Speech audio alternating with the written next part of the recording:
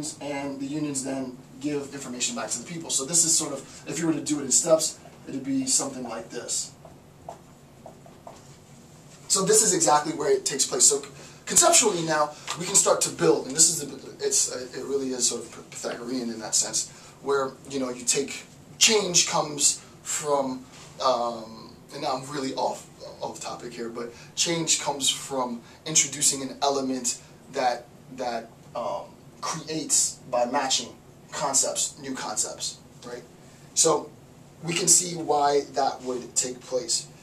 Next thing in the first or second generation rights, unlike the first generation of human rights, liberté, second generation of rights are conceptualized in terms of a freedom to rather than a freedom from.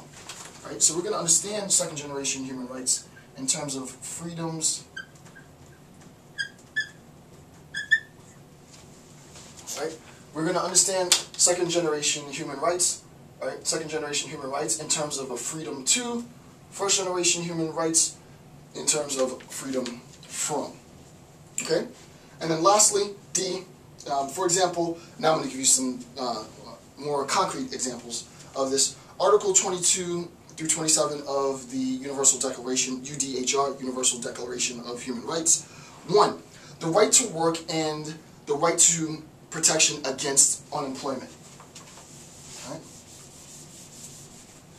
You can see now where these rights, exactly as I was saying before with respect to unions and how they enter the discourse. The first that we're going to see, as an example, the right to work and the right to protection against unemployment.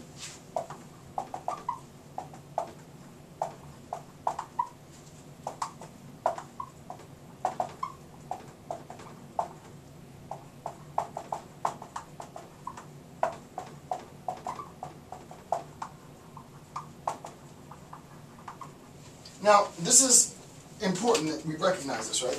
We're talking about the right to, right? The right to, right? The right to work, the right to, not the right from, right? The right to work, the right to protection against unemployment. You wouldn't think that there is, and this is going to be, I would imagine, this would be a phenomenally hot debate in a contemporary setting, given the socioeconomic status of the globe, right? One of the things that we'll discuss later in the lecture series is the role of global capitalism and the rise of globalization and the relationship between globalization and human rights. And you would have to acknowledge that after the global economic crisis of 2008, the idea that individuals, namely every individual, has a right to protection against unemployment is going to be very loaded. Why is it going to be loaded? Because it assumes, this account of a right to protection against unemployment assumes that there is, in a sense, supply, work as being the supply, right?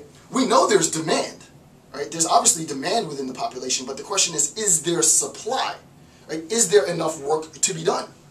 And I think we need to have a little bit, I don't want to get too off topic because this gets really deep, but I think we need, social scientists need to have a contemporary debate because the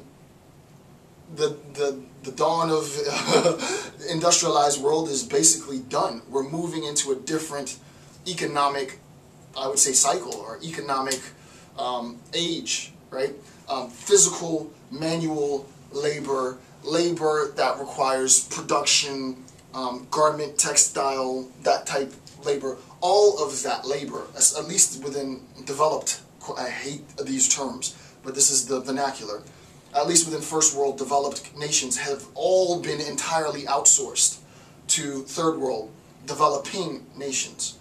It would be illogical for any business owner to set up any type of production-based business within the U.S.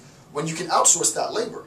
Right? So that labor has been outsourced. It's going to increase the middle class and the socioeconomic, cultural aspects of the developing nation.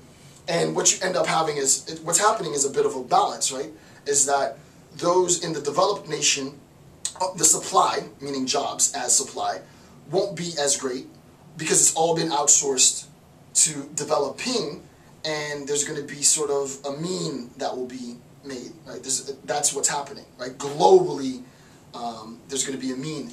If there is a sense in which developed ED nations want to maintain their level of the demand, they want to satisfy the demand, then we have to recognize that we can't keep tapping from the same supply. Those jobs have been outsourced. We need to create a new supply of jobs. And my argument is that that new supply of jobs is going to be virtual. It's what I'm doing right now, right? I'm not being paid for this, but I could monetize this easily if I wanted to. I could easily monetize this. But for those of you who want to monetize this, look at my example and start monetizing it, right?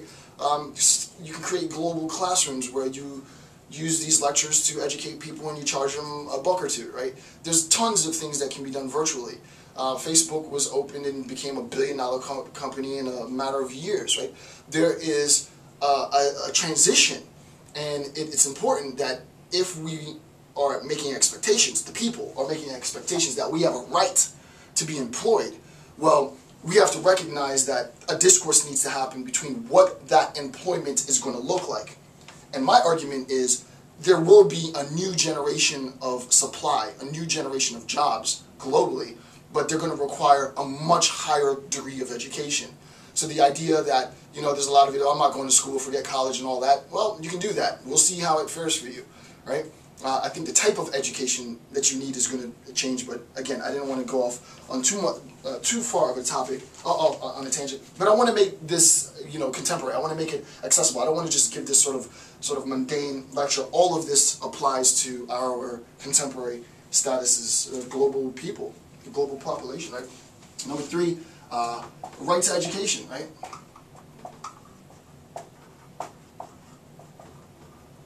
A right to education.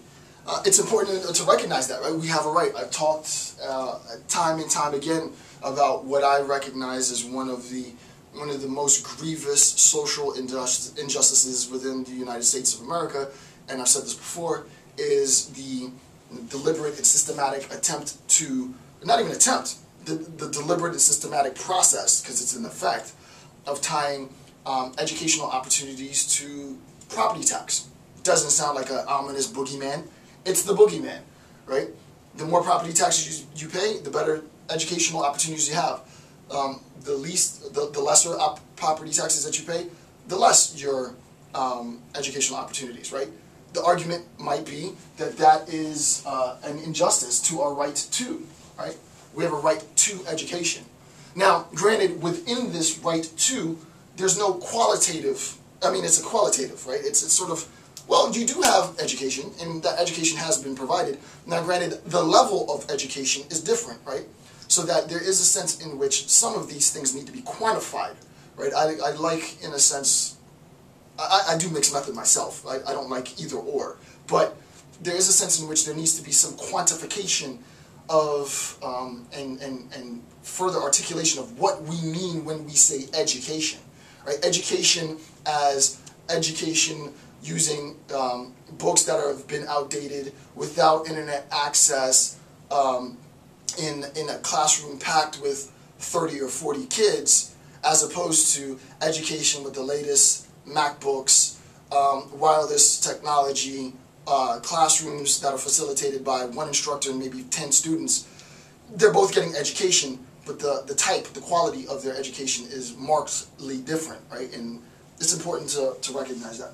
And then last, and these are just some of the examples, last, the right to protection of one's scientific, literary, and artistic production. Copyright, patent, conceptual ideas, we have a right to have those protected, right? Intellectual property rights is very important. My process of educating is such that I don't personally have any, there's no intent behind me saying, well, I don't want to put my stuff out there because people might use it. People might take my stuff and they might, I don't really care, right? I just want to flood you with as much information as I could possibly get. You can do whatever you need to do with it, right?